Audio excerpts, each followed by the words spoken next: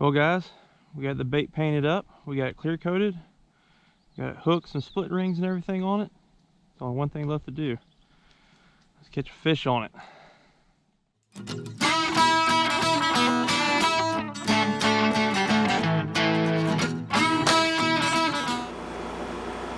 Hey guys, and welcome back to episode number 2 of Custom Crankbait Painting with a Noob. So today we're going to take the plunge and we're going to paint our very first crankbait. Well, my very first crankbait. And what I have here is a wiggle wart crankbait. I already got all the boring stuff out of the way. By boring stuff, I mean prepping the bait. And the way I prepped it was I had some 1000 grit wet dry sandpaper. I wet sand this crankbait, and then I masked the bill off, and then I went over it with alcohol to clean any fingerprints and everything off of it. I'm not going to be touching the bait itself. My bare hands from this point forward. I got some rubber gloves we're going to use. But before we get painting the crankbait, I'm going to go over the colors I'm using today. We're going to be doing kind of a green crawl pattern. And then we'll just jump right into it and paint us a happy little crankbait. We'll go make some mistakes and get messy. Alright, let's dive into it. Okay, so the paints we're going to be using today, we're going to be using some opaque white, wicked orange, detailed moss green, detailed burnt umber, wicked black. I thought I had some detailed black, but I don't, so this is going to have to do in a pinch. And last but not least, iridescent orange by Wildlife Colors. All these other colors you see are Createx colors by Wicked.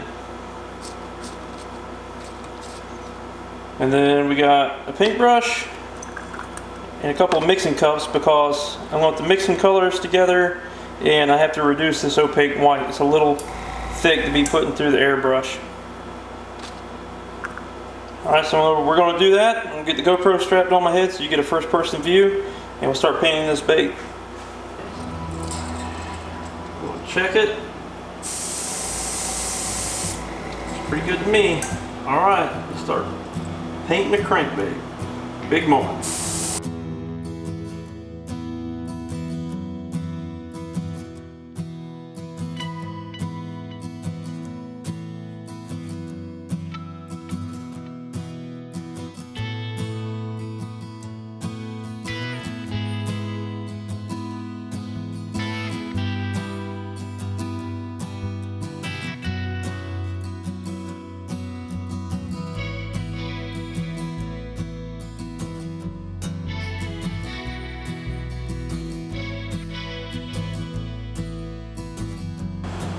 So I'm going to heat set this and clean out my airbrush.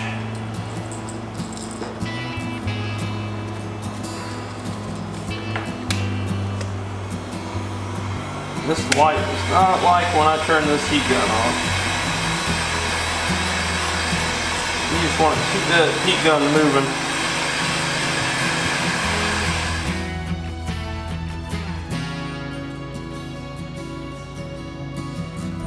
Still got our PSI set on 30, I forgot to say that earlier.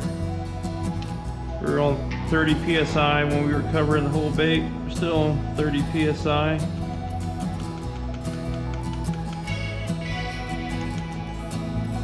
So I'm wanting to cover the belly now. Check that real quick.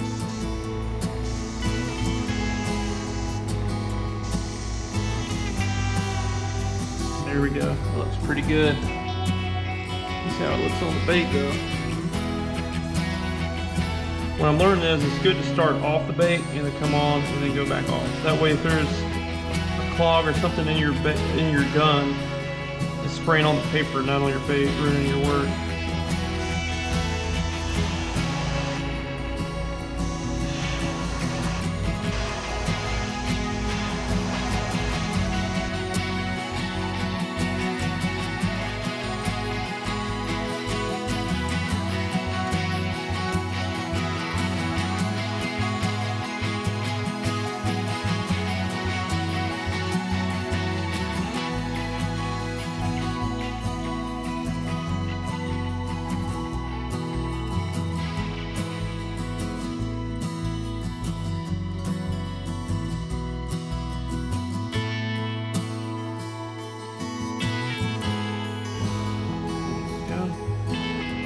that looks really good.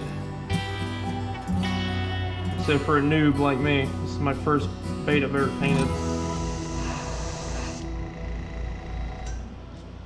Alright, now we're going to do the same thing. I still have a lot of paint left in there as far as painting baits. So we're going to do the same thing. I'm going to heat set this and clean my brush. Alright, on our next color, detailed moss green. This is what's going to cover most of the bait. So 1, 2, 3, 4. I remember when I was buying these, I said 2 ounces. I said, man, 2 ounces ain't gonna be enough. I'm gonna go through that quick. No, you're not. Not at all, because just a couple drops will do you, trust me. Look at that. Perfect. All right. So we're gonna start on the back and just work it, fade it down into the orange.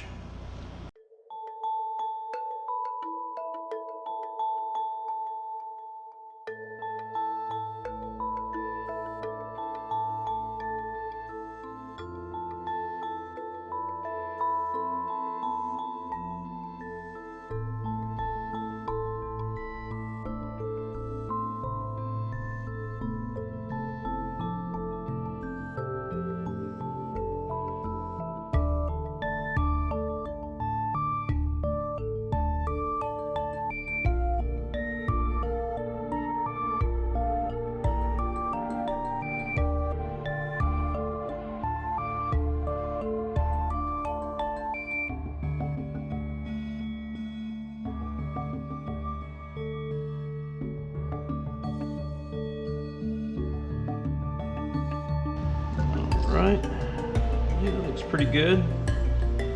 Pretty even on both sides, maybe just a little bit more on this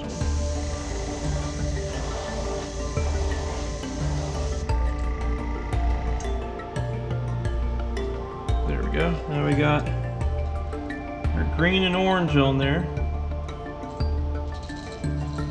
We need to put a little bit more green right on its nose.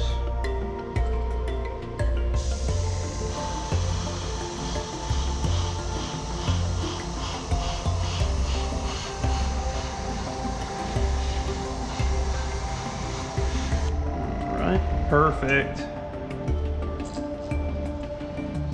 Not jinx it, so far so good. All right, you know the routine. Heat, set, and clean. All right, now we're moving on to this detailed burnt umber for the back of our crankbait.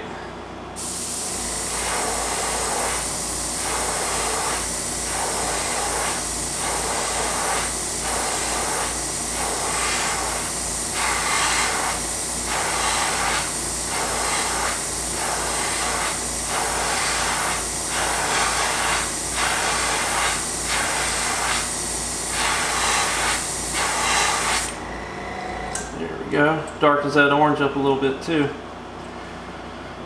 Okay, we're gonna, same thing. Heat treat. And clean our gun. We're almost there. Now I got to make sure I heat treat this really good, because next is the stencil that's going to be going on to draw the outline of our shell markers on here. So, all right, man. Here goes nothing. Live and learn. I mean, you always want your first bait to come out good, but you know you're going to make mistakes and you're going to have to learn. 1, 2, 3.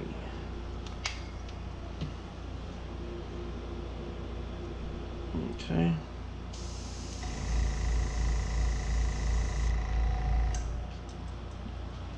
So I'm just going to start back here at the back and work my way up, because I really don't want to get black up there.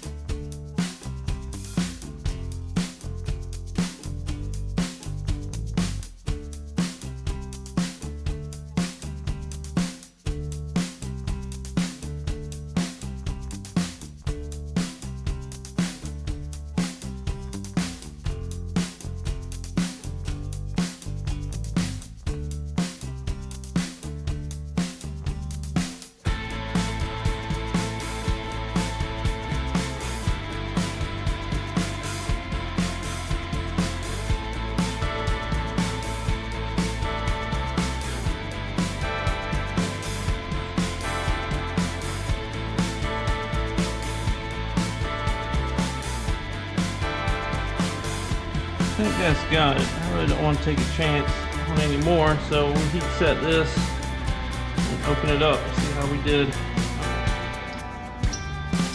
Alright, let's unwrap this present and see how we did. Oh man, worried about that.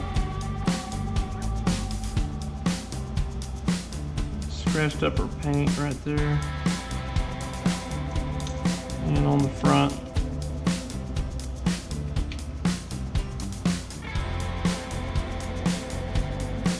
Man, her crawl markers came out good. We just messed up her paint right there. Man, that would have been sweet.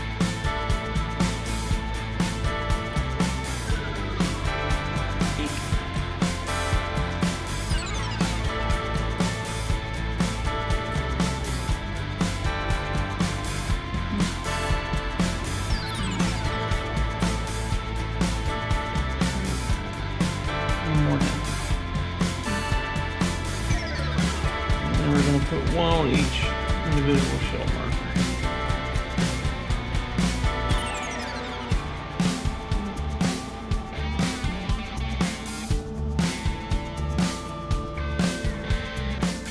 Now for the final step, we got to dip the bait in our clear. This is KBS Diamond Clear Coat. And if you ever watch Jekyll Baits, this is what she uses. It's very noob friendly. You can use epoxy, but then you got to buy a rotisserie and the bait's got to constantly turn. Whereas this, you can just dip it in there and hang it up and it'll take care of itself. But the downside of this is you cannot let it get air or this whole thing will just harden up. So that's why you got to take the cellophane wrap and seal it with cellophane wrap. I know, yes, this is a mason jar and it has a seal on it, but it's better to be safe than sorry. If she does it for a living and she tells me to put cellophane wrap on it, then by God, I'm going to put cellophane wrap on it.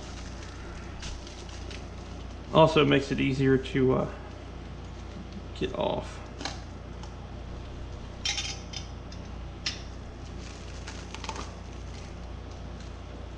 Alright, so it's got a standard paper clip.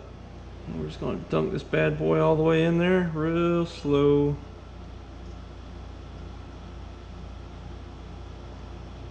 All the way.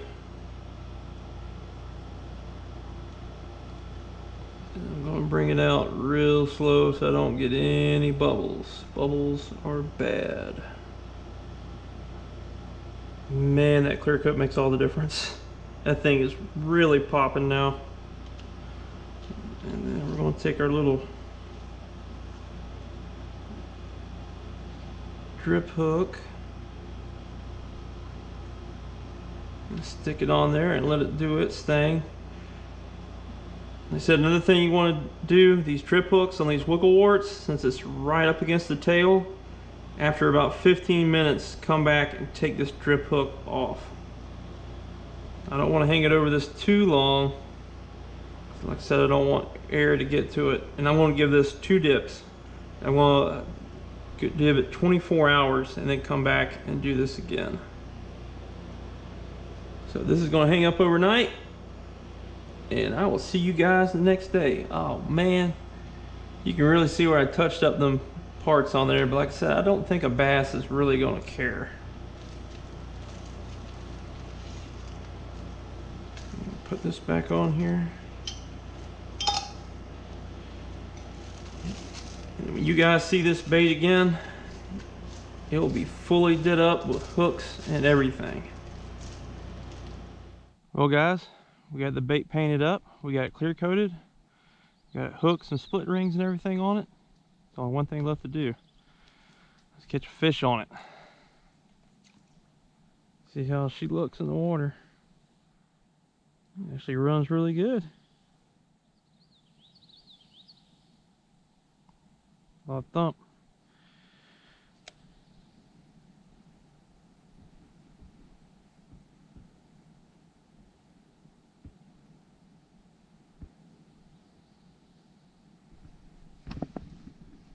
We got one though.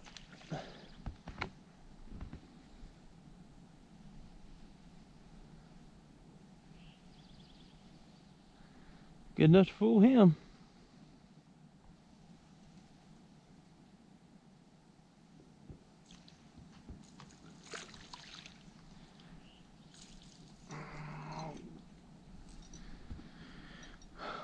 Lanky, skinny summertime bass. Bro, don't get this hook in my hand. I'm trying to get you unhooked and out of here.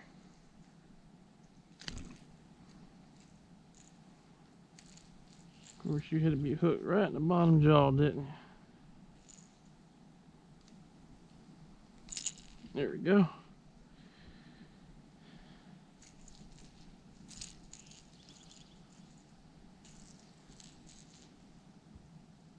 Need that green craw. Man, you need to go do some eating. Let me get some of these bass out of here. They're starting to starve themselves. Well, mission accomplished. Got my very first crankbait ever made. Was able to catch a bass on it, and I think it turned out pretty good. Now this little fella's going to get retired, because knowing my luck, my very first crankbait I ever made, I'm going to get hung on a log or something and never see it again. So I'm going to find me a nice little piece of driftwood or something to hang this on, and it's going to be retired and sitting in the office. So I like to think I did pretty good. What do you guys think? I think it turned out alright. At least some still pictures of it there at the end, a little high definition deal.